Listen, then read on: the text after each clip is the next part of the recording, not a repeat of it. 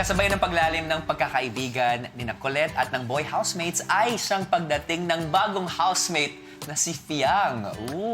Paano nga ba ito nakaapekto sa unang samahang na buo na sa loob ng bahay ni Kuya? Let's watch this! Unang pumasok ng nakamaskara sina Fiang at Jan. Pero sa pagdating ng takdang panahon, ay nakita na ng lahat ang mga mukha nila. Hi, I'm Jan. I'm 18 years old.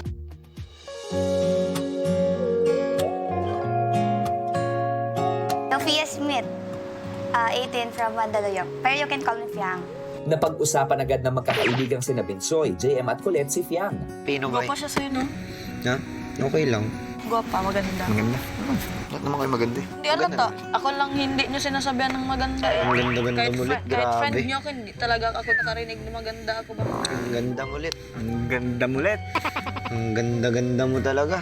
Sa pagkilala ni Fiang sa housemates, naging kakulitan at asaran niya sina JM at Binsoy. Hindi na bumalik yung pum dito. Sa upo.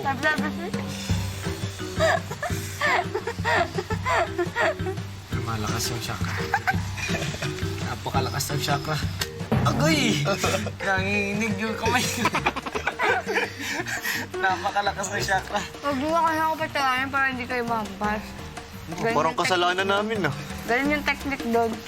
Suotin ko muna ang gear ko. Pero mo ako niyan.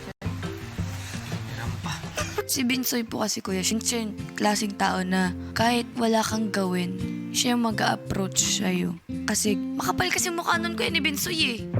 Yung vibes din and yung humor din ni Binsoy, very magaan din kuya talaga. Kahit anong gawin mo, sasabayan ka sa trip, tatawanan ka lang. Alam mo yung mga best friend vibes talaga kuya si Binsoy. So, hindi ako nahirapan sa kanilang dalawa. Kaya ko yan. Ay, pagod. Ito ka lang. Dito na ako. Diyan ka na para nagigisa Ayoko. buwan tayo. Gusto ko katabi kita. Hindi mo ba ito nakikita? Ang sarap ng... Ito. Ay, gusto ko. Hindi mo ba ito nakikita? Tanggal ka ng isa. Tanggal ka ng isa. Kakain mo sa kanya. Sige. Gusto ko yan, Jay. Gusto ko yung plano mo. Sige. 1, 2, 3. Joke lang. Kay JM po kasi, sobrang liit lang mundo namin dalawa kuya. Actually, dito ko lang po nalaman sa loob ng bahay niyo po na yung mga friends ko po is friends niya din sa labas. And kasi din yung humor po ni JM kuya. And yung vibes po ni JM, magaan po talaga. So parang hindi po ako nahirapan kay JM na makipag-close. Hayaan mo siya. Mag-isa siya siyang buwang siya. Samahan mo na. Ba? Di ba yung friend mo siya? No. Ano naman? Meron na naman. Ay, ako yan! Hindi Hindi ko siya yan. yan. Di ba? Eh, siya may gawa nito. Ay, si Bunsoy pala. Oh, sige. Topic ng kaibigan yan. Topic ng... Ah, Si Piang yun. sinungaling na Basta yan, si Mami Piang. Norm.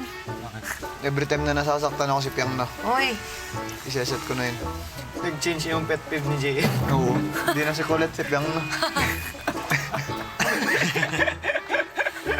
alay ka dito, Piang.